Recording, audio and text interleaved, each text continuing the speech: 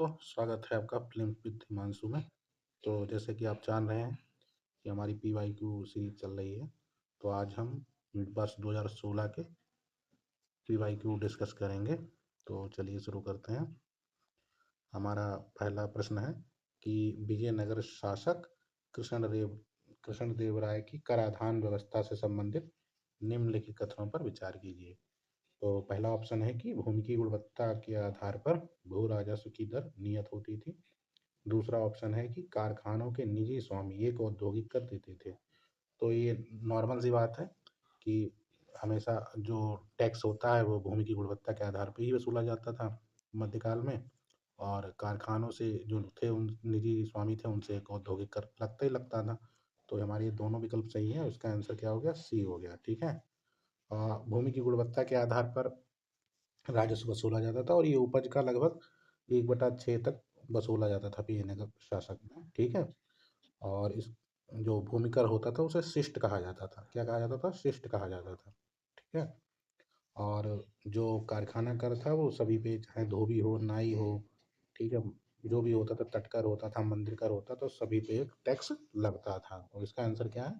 इसका answer C है। ठीक है। इसका आंसर क्या है? इसका आंसर सी है। ये दोनों सही है।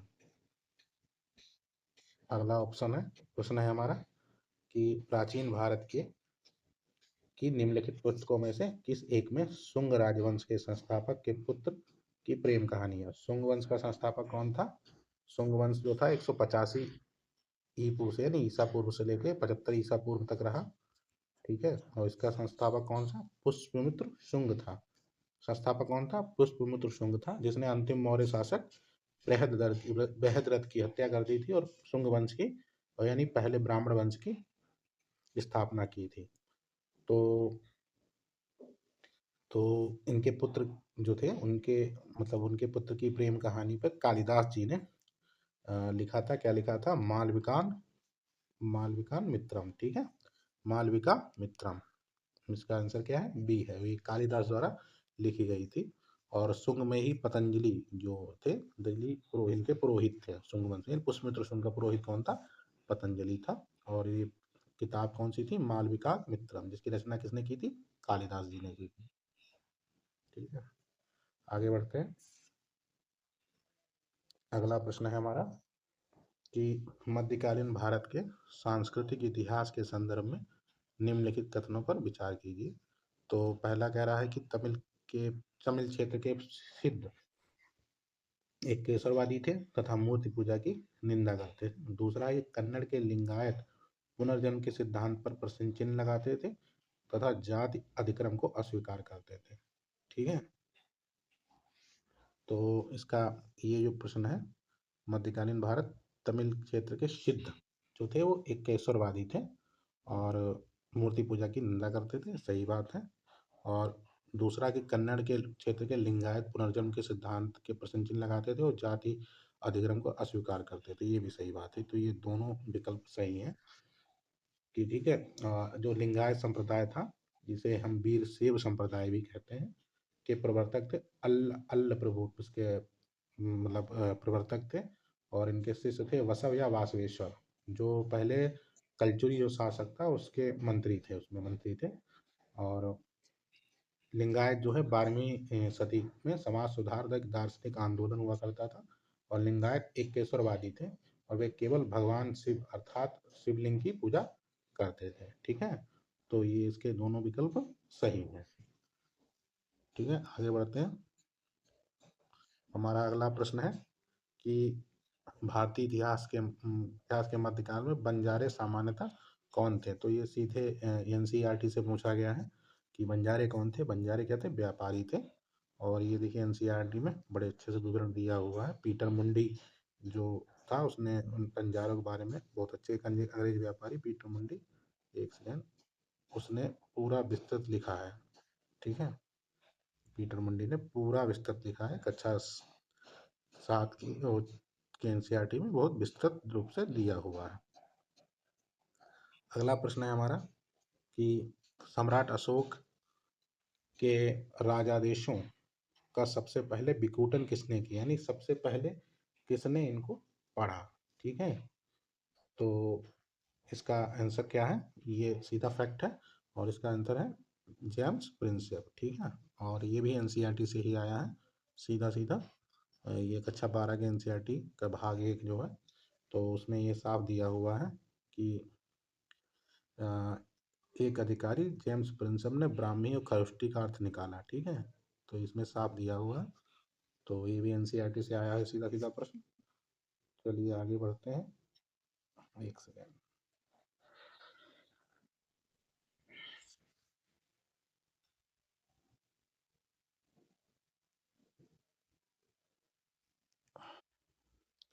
कि स्वदेशी और बहिष्कार पहली बार किस घटना के दौरान संघर्ष की विधि के रूप में अपनाया गया, यानी स्वदेशी और बहिष्कार को किसमें पहली बार, मतलब संघर्ष के लिए जो अंग्रेजों से जो संघर्ष चल रहा था, नहीं आज़ादी का जो संघर्ष था, उसमें पहली बार स्वदेशी और बहिष्कार को एक हथियार के रूप में अपनाया गया था।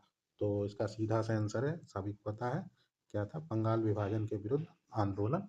और बंगाल विभाजन जो खास की स्वदेशी आंदोलन शुरू किया गया था, इसमें स्वदेशी, बहिष्कार, राष्ट्रीय शिक्षा तथा स्वशासन के 4 प्रस्ताव भी पास किए गए थे, ये हम पहले भी डिस्कस कर चुके हैं। और जो स्वदेशी आंदोलन था ये 1905 में, ठीक है, शुरू हुआ था। तो इसका आंसर क्या था, ए था। अगला हमारा प्रश्न है कि भारत के धार्मिक इतिहास के संदर्भ में निम्नलिखित कथनों पर विचार कीजिए।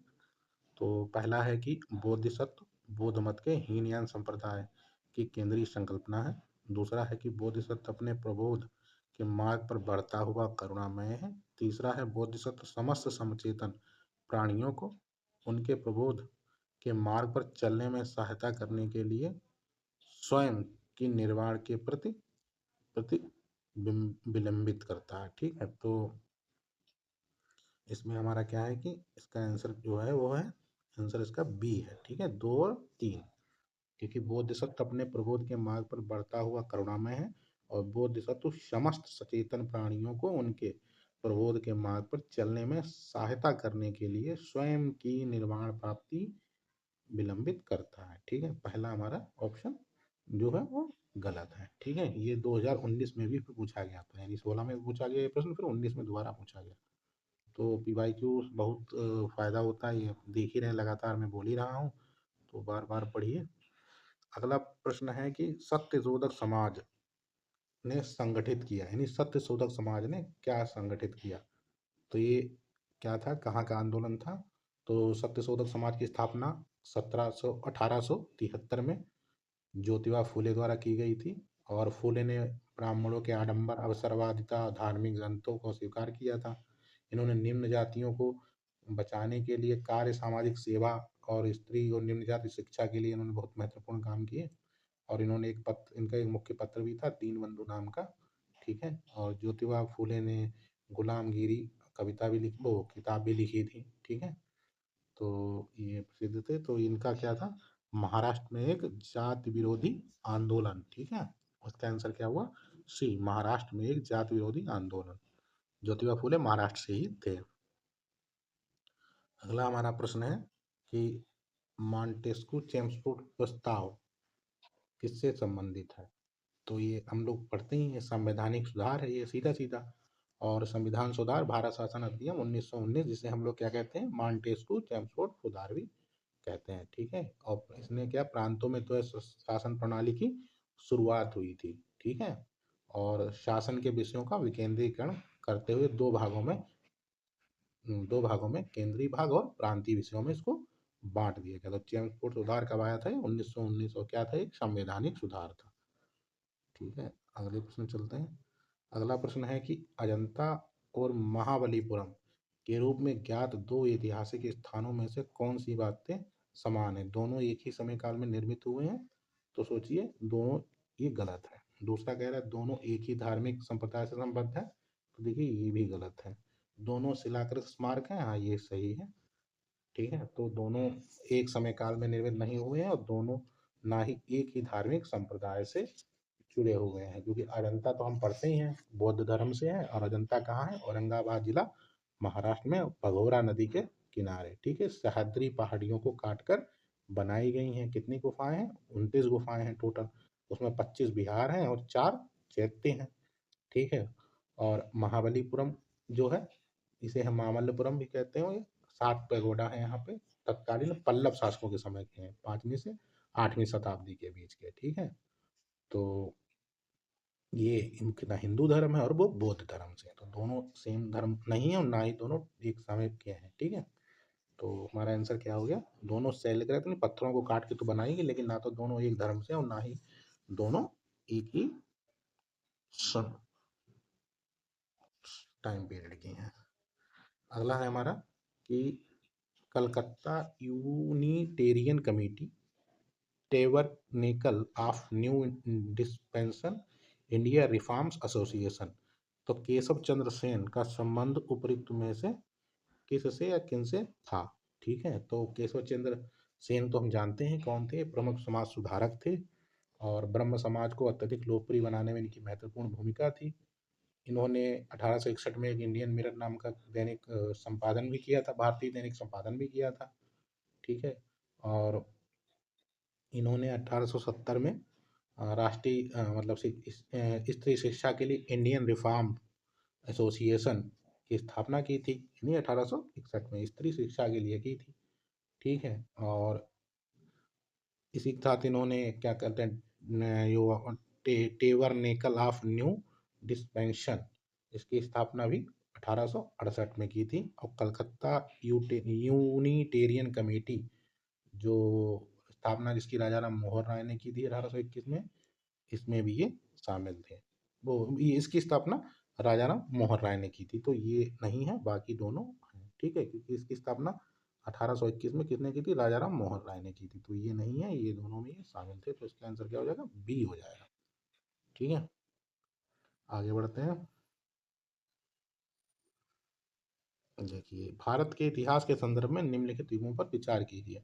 तो पहला कह रहा है इरिपत्ती, इसका मतलब कह रहा है कि भूमि जिससे मिलने वाला राजस्व अलग से ग्राम जलाशय के रखरखाव के लिए निर्धारित किया जाता था। दूसरा है तिनुयूर, एक अकेले ब्राह्मण अथवा एक ब्राह्मण समूह को दान में दिए गए ग्राम। तीसरा कह रहा है घटिका, प्राय मंदिरों के साथ संबद्ध विद्यालय।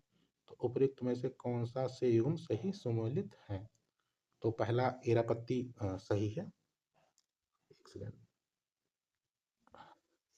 दूसरा तन जो घटिका है, प्राय मंदिरों के संबद्ध विद्यालय, ये भी सही है, लेकिन ये तनियूर ये सही नहीं है, क्योंकि एक अकेले ब्राह्मण अथवा एक ब्राह्मण समूह को ध्यान दिए गई भूमि नहीं है, ये बड़े गांव को कहा जाता था और ये एकल इकाई के रूप में शासित होते थे। ब्राह्मणों को जो ध्यान में दी जाती थी वो उसको हम ब्रह्मदेय कहते थे, ना कि तनियूर, ठीक है। तो आंसर क्या हो जाएगा हमारा, एक और तीन, यानी डी आंसर हो जाएगा। क्या आंसर हो जाएगा, एक सेकंड, डी आंसर हो जाएगा, क्योंकि ब्राह्मणों को दी गई भूमि को ब्रह्मदेय कहा जाता है। अगर हम ये भी सोच लेते ना तब भी ये काट देते, तब भी ये D, sorry, D D answer है, डी डी आंसर है, ठीक है। अगर हम दो काट देते तो तब भी हम ये और ये काटने के बाद सीधे आंसर मतलब नहीं पहुंचते, लेकिन हम बी और डी में से एक नजदीक पहुंच जाते हैं, ठीक है। आगे बढ़ते हैं। अगला हमारा है कि मध्यकालीन भारत के इतिहास के संदर्भ में, मध्यकालीन भारत के आर्थिक इतिहास के संदर्भ में शब्द अर्घट किसे निरूपित करता है, ठीक है। तो देखिए, अर्घट क्या होता था, ये सीधे एनसीईआरटी में दिया हुआ है। और ये देखिए क्या होता था, एक भील जिसे हम लोग रहट कहते हैं, ठीक है, जो पानी निकालने का काम आता था। तो इसमें क्या आंसर हो जाएगा, इसका आंसर हो जाएगा सी, भूमि की सिंचाई के लिए प्रयुक्त एक जल चक्र या वाटर व्हील, ठीक है। ये देखिए सीधे अर्घट एनसीईआरटी में ये दिया हुआ है। ये देखिए, ये कई बार पूछा है, इससे पहले हम 3-4 बार डिस्कस कर चुके हैं कि भारत के सांस्कृतिक इतिहास के संदर्भ में इतिवृत्तों, राजवंशी इतिहासों तथा वीर गाथाओं को कंठस्थ करना निम्नलिखित में से किसका व्यवसाय था। तो मतलब वीर गाथाओं को रटना और उनके बारे में मतलब वर्णन करना कौन करता था, ये मागध करता था, और ये हम सब पढ़ चुके हैं, श्रमण, ये सब हम पढ़ चुके हैं। तो इसका आंसर क्या है, बी। और ये हम पिछले मतलब पिछले क्लासेस में ये डिस्कस कर चुके हैं, ठीक है। श्रमण और परिवारजक क्या होते थे, ये साधु तपस्वी सन्यासी होते थे जो घूम घूम कर प्रचार करते थे, ठीक है। तो ये दोनों ये हो गए। और ग्रहारिक क्या होते, जो दान दी गई भूमि, ठीक है, और जिसकी देखभाल प्रशासन करता था, ठीक है। तो ये हो गया। हमारा अगला प्रश्न है कि वर्ष 1907 में सूरत में भारतीय राष्ट्रीय कांग्रेस के विभाजन का मुख्य कारण क्या था? तो ये प्रश्न तो मतलब इजी है, और ये 2015 में भी पहले पूछा जा चुका है, मतलब 2015 वाले पेपर में। तो ये क्या हुआ था कि अंग्रेजी सरकार के साथ चरमपंथियों की वार्ता करने की क्षमता के बारे में चरमपंथियों में विश्वास का अभाव। तो 1907 में ये विभाजन कांग्रेस का हुआ था। ठीक है, तो आगे बढ़ते हैं। अगला प्रश्न है हमारा, सर स्टेफर्ड क्रिप्स की योजना में यह परिकल्पना की गई थी कि द्वितीय विश्व युद्ध के बाद भारत को पूर्ण स्वतंत्रता प्रदान कर दी जाएगी? नहीं, गलत बात है। दूसरा कह रहा है स्वतंत्र प्रदान करने से पहले भारत को दो भागों में विभाजित कर देना चाहिए, ये भी नहीं। तीसरा कह रहा है भारत को एक किस शर्त के साथ गणतंत्र बना देना चाहिए कि वह राष्ट्रमंडल में शामिल होगा? नहीं, ये है भारत को डोमिनियन स्टेट दे देना चाहिए। और कांग्रेस ने इसी बात को लेकर क्रिप्स का विरोध भी किया था। उन्होंने कहा था हमको आज़ादी चाहिए, डोमिनियन स्टेट नहीं चाहिए। तो ये सीधा सा आंसर था। ठीक है, 93। तो ये हमारे आज 16 की डिस्कशन हो गई। ठीक है, थैंक यू। बने रहिए फिल्म विद हिमांशु के साथ। मिलते हैं नेक्स्ट वीडियो में।